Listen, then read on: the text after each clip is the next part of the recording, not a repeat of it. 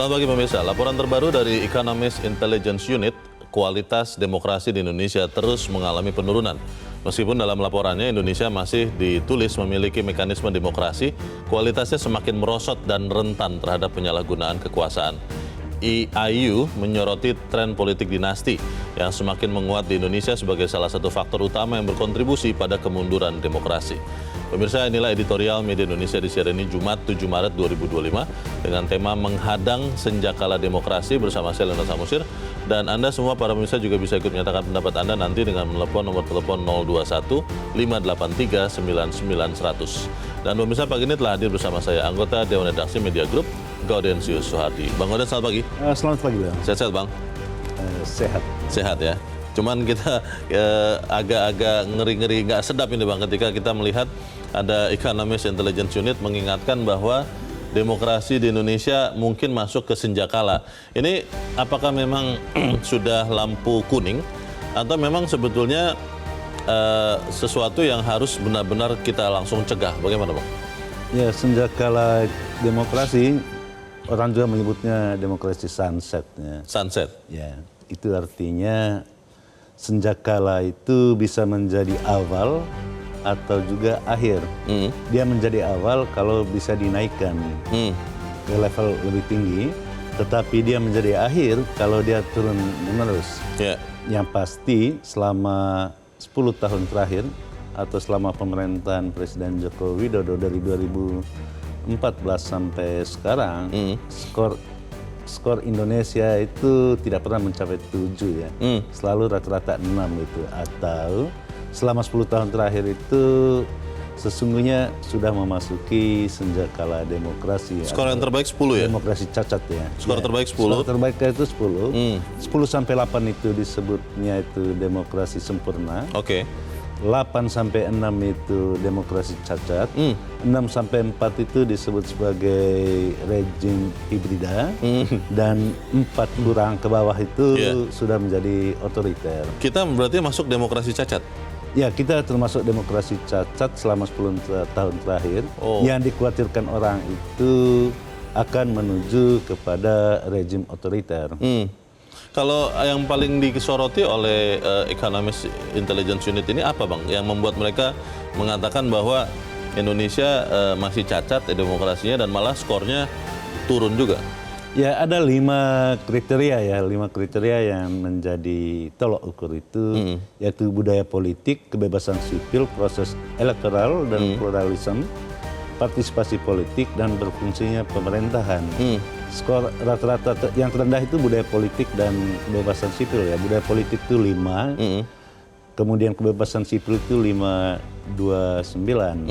Yang tertinggi ya paling proses elektoral, karena kita setiap 5 tahun itu pemilu ya 7,92. 7,92 itu tetap masih rendah, masih termasuk demokrasi cacat tadi. Budaya politik itu apa Bang?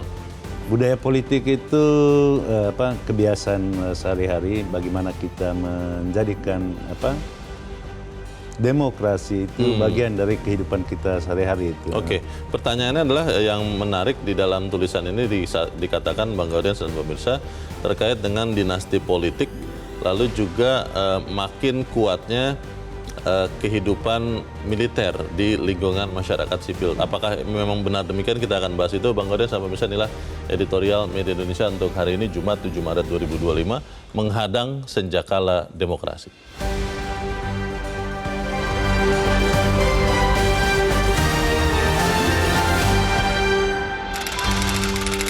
Menghadang senjakala demokrasi.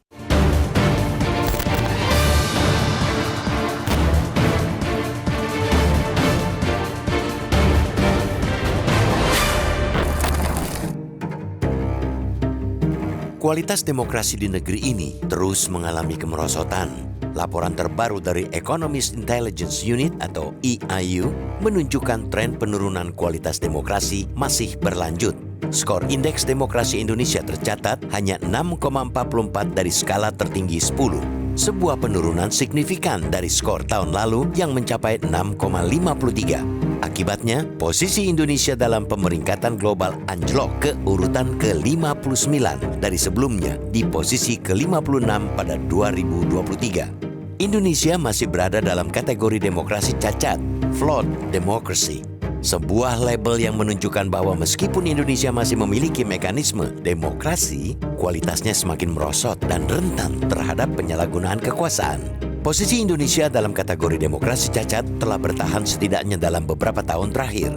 Selama itu pula, skor Indeks Demokrasi Indonesia terus menurun. Dalam laporannya tahun ini, dari 5 dimensi yang diukur, skor terendah ada pada ranah kultur politik dan kebebasan sipil.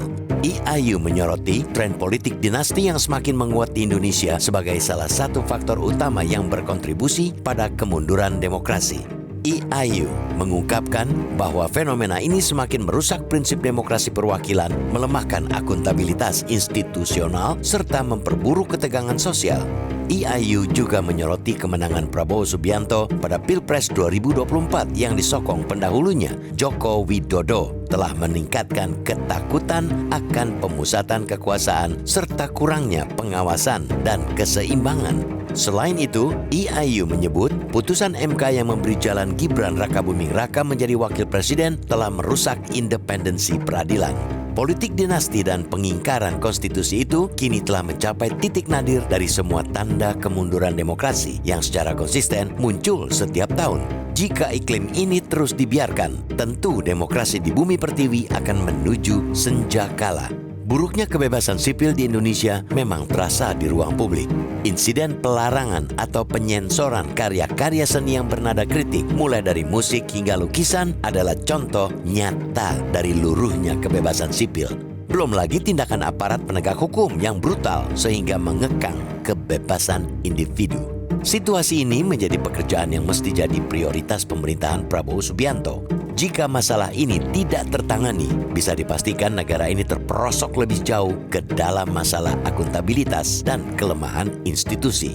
Namun, melihat pola kebijakan dan politik legislasi pemerintah dan parlemen, rasanya sulit bagi rakyat berharap indeks demokrasi bakal segera bangkit. Pemusatan koalisi pendukung pemerintahan di parlemen akan mengerdilkan fungsi check and balances. Belum lagi politik legislasi yang mencoba untuk memperluas corak militeristik di pemerintahan akan sangat berpengaruh pada tata kelola pemerintahan yang transparan dan akuntabel. Revisi Undang-Undang TNI dan Undang-Undang Polri yang membawa agenda untuk memperluas jabatan militer di ranah sipil diprediksi akan membawa mendung pada iklim demokrasi. Untuk itulah kita menggantungkan harapan pada para pejuang demokrasi. Hanya merekalah yang bisa kita percaya dan harapkan untuk bekerja keras, memperbaiki mekanisme checks and balances, serta memperkuat perlindungan terhadap kebebasan sipil. Ini tantangan yang tak mudah, tapi harus diupayakan sungguh-sungguh demi menghadang senjakala demokrasi di Indonesia.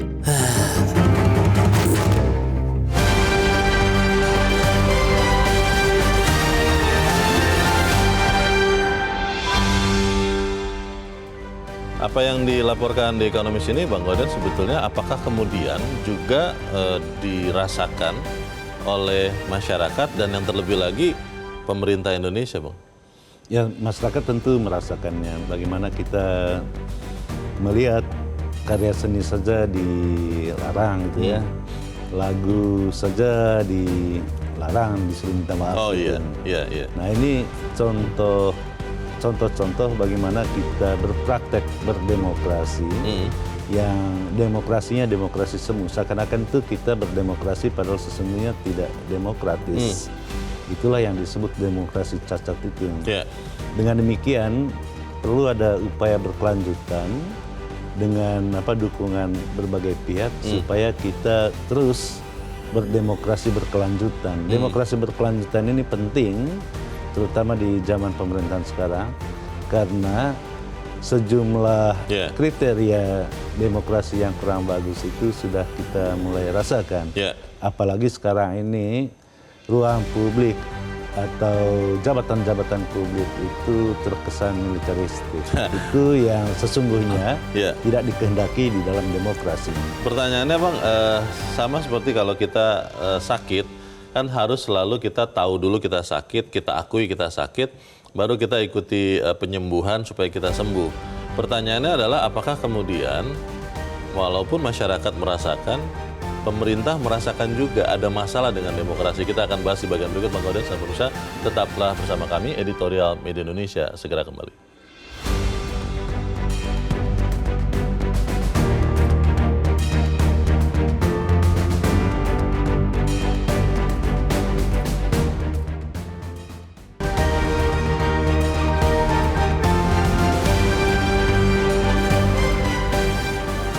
Media Indonesia mengajak Anda untuk mengakses fitur premium e-paper.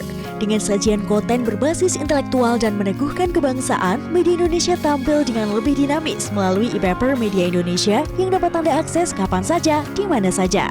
Caranya mudah, download aplikasi Media Indonesia di Android atau ketik link e-paper.mediaindonesia.com atau bisa scan QR code pada layar kaca Anda.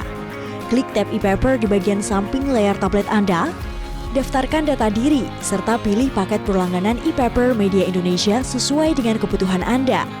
Nikmati juga bonus spesial tambahan 4 halaman rubrik fokus setiap hari.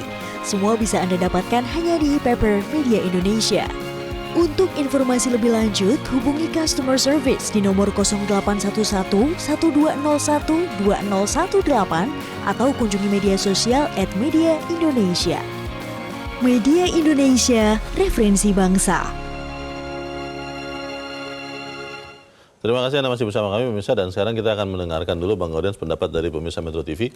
Kita saat ini sudah terhubung dengan pemirsa Metro TV dari Sulawesi Utara, ada Pak Roy. Pak Roy, selamat pagi. Selamat pagi. Selamat pagi Pak Roy. Pak, tepatnya ada di mana Pak? Di Sulawesi Utara Pak? Saya di kota Manado. Oh, di Manado ya. Baik Pak Roy, di Manado bagaimana Pak Anda melihat demokrasi kita dipotret oleh pihak luar, oleh The Economist, sudah mulai masuk ke senjakala nih. Silakan Pak Roy.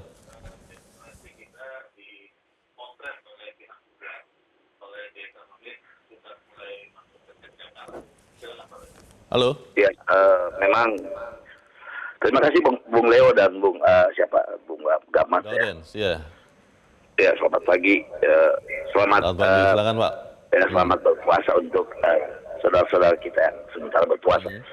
Saya kira bicara demokrasi cukup panjang ya Bung Leo ya, cukup panjang. Sebenarnya berhari-hari, mungkin sebulan pun kita nggak bisa selesai. Tapi paling tidak dengan situasi saat ini, dengan topik senjakala demokrasi Indonesia, kita harus melihat dari pada saat sejak Orde Lama menuju ke Orde Baru, kemudian ke reformasi, dan saat ini ya, yang tadi saya sempat mendengar bahwa mestinya kan bicara demokrasi dari, oleh, dan untuk rakyat. Kedaulatan tertinggi ada di tangan rakyat. Civil society yang sangat penting. Ya. Tapi kemudian ada bergerak pada era reformasi dengan karakteristik personal, ya, segmen-segmen tertentu ini menuju ke demokrasi yang notabene dari aspek dari awal demokrasi parlementer, kemudian dia mengarah ke demokrasi Pancasila terpimpin. Tapi Indonesia ini kan kita melihat ya. Boleh dipersingkat saja Pak, kalau menurut Anda saat ini, apakah yang difoto atau dilihat oleh The Economist ini memang terasa Pak ada pelemahan dari iklim demokrasi, bahwa ada dinasti politik, bahwa ada tren menguatnya militer itu? Seperti apa perasaan Anda Pak? Silakan Pak, dipersingkat saja. Menjaga. Paling tidak ini juga brainstorming, atau paling tidak ini mengingatkan kepada pemerintahan saat ini yang dibawa kepemimpinan Pak Prabowo. Sudah begitu besar ketika mahasiswa mulai bergerak dengan gaya ada demonstrasi awal tentang efisiensi, paling tidak harus dijaga dengan gaya yang sangat soft sipil. Jangan nanti menuju ke militerian, sudah mulai banyak jabatan-jabatan sipil yang katanya menurut ada aturannya yang boleh pejabat-pejabat TNI dan Polri yang masuk ke wilayah-wilayah sipil. Ini menjaga jangan menuju ke militerisme. Ini bahaya. Dua, jadi fungsi ABRI sudah mulai diterapkan lagi. Akibatnya, ya, kemudian ada wacana-wacana juga sebentar ada sudah menghilangkan presidensial threshold. Kemudian ada wacana juga kalau boleh pemerintahan di tingkatan bawah, gubernur dan wali kota, bupati itu dipilih secara oleh DPR saja. Ini dalam tim pemasukan demokrasi yang notabene berbahaya. Biarkanlah masyarakat berekspresi dengan proses demokrasi yang gaya dan kedaulatan rakyat lebih tinggi. Masyarakat, jadi demokrasi sipil yang sangat dibutuhkan karena kita 280 juta jiwa. Terima kasih banyak Bung Leo. Ya, Terima semoga kasih. negara kita lebih demokratis ke depan. Terima kasih. Baik, terima kasih Pak Roy dari Manado, Sulawesi Utara. Selamat pagi Pak. Kita harus jeda dahulu, Bang Godes dan pemirsa tetaplah bersama kami, Editorial Media Indonesia segera kembali.